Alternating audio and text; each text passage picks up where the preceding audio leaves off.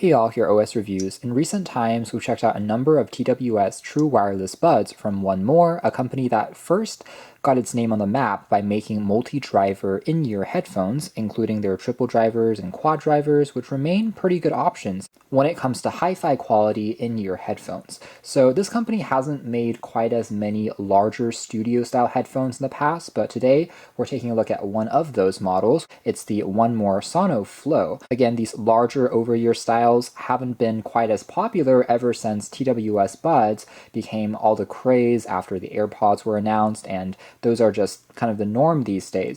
But if you're willing to carry something a little bit larger, studio-style headphones can still deliver bigger sound because of larger drivers, more specifically the SonoFlow packing in 40mm dynamic drivers, high-res audio certification by supporting LDAC format. So it's still not going to be truly lossless as if it was a wired pair of headphones, but it still is going to be one of the best that you can get out of a wireless pair. And of course, these still have a optional 3.5mm jack, which you can use to transform them if you desire. Last but not least, the SonoFlows will have very long battery life, over 70 hours of continuous music listening before you need to recharge the headphones again, which is one of the longest numbers that I've seen.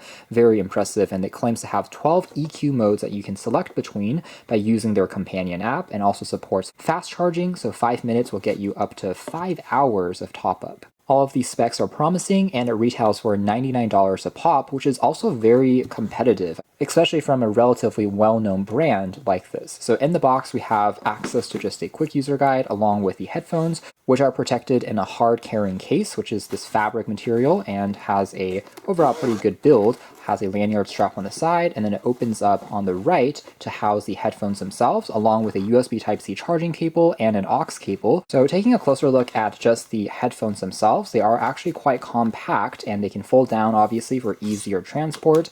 One thing that struck me is they are relatively lightweight and actually quite discreet and minimalistic in terms of the design aesthetic.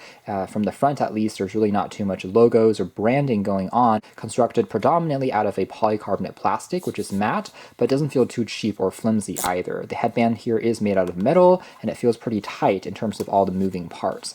Now, once you start looking a little bit closer, you'll also start to notice the presence of all these red accents, including at the charging port and the aux port at the bottom, which is the classic scheme for 1MORE's logo, and this black and red vibe I do really like. Now, the memory foam cushion here is actually quite comfy, and it's very soft and nicely padded. The top here also features a pretty generous padding as well when you are wearing it, and they did indeed feel comfortable, at least in my test, when wearing them for about 3 to 4 hours. Other recent pair of ANC headphones that we reviewed, which happened to come from Anker, their Soundcore Q45 Space headphones, notably have slightly larger cuffs, happens to be about $150, making them about $50 more expensive than this model here from 1MORE. That's interesting timing, considering both of those models all have the high-res audio LDAC certification, and again claim to have very good active noise cancellation and sound quality. So we'll dive into that a little bit more, but on paper at least this seems to be an even better value because of the cheaper price.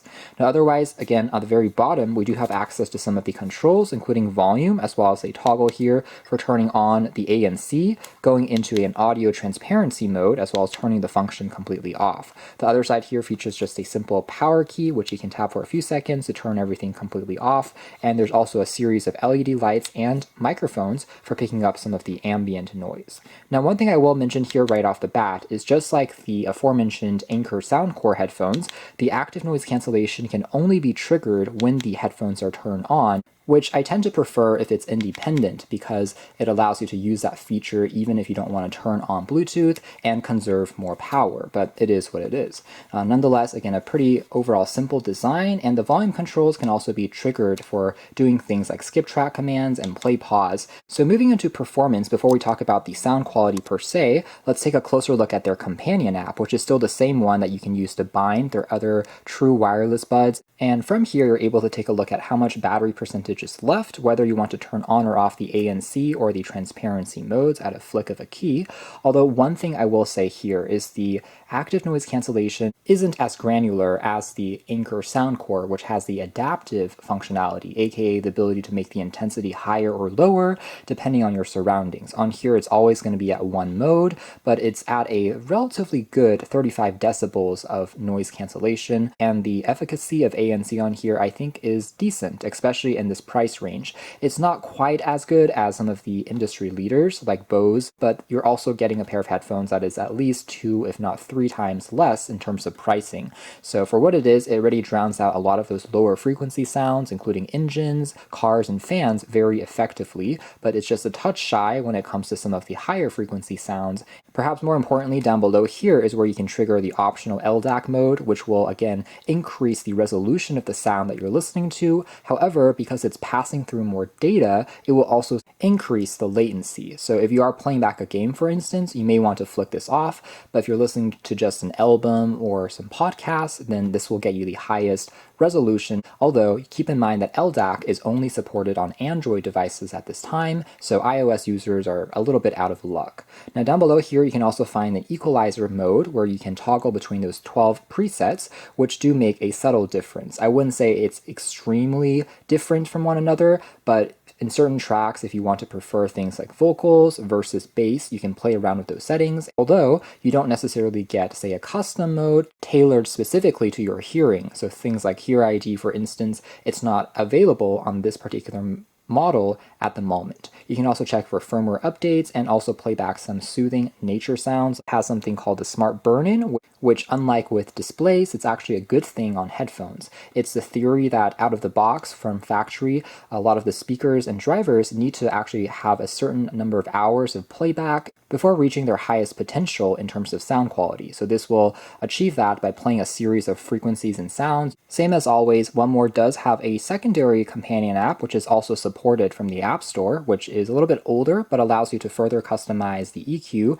by adjusting the sliders here in a more granular fashion. Alright, so moving into the audio quality and performance next, overall I would say that the SonoFlows mostly don't disappoint. There's very little static or distortion in the background. Paired with a high resolution track, you are listening to plenty of details. The tuning by themselves also do sound relatively rich and dynamic. Bass is certainly present, though it's not overpowering at all. In fact, I would say they are relatively well balanced and neutral. So if you are putting them next to, say, the aforementioned Soundcore Q45s, I found those ones, even though they also have a 40mm driver, so the same size, to be a little bit more aggressive by default with the bass. With instrumentals as well as vocals having plenty of detail with very good separation and soundstage. So if you listen very closely, you're able to pick up a lot of nuances that you would otherwise miss from less expensive and less well optimized headphones. So from the pure audio quality alone, 1MORE have done an excellent job with their custom 40mm drivers they've chosen here,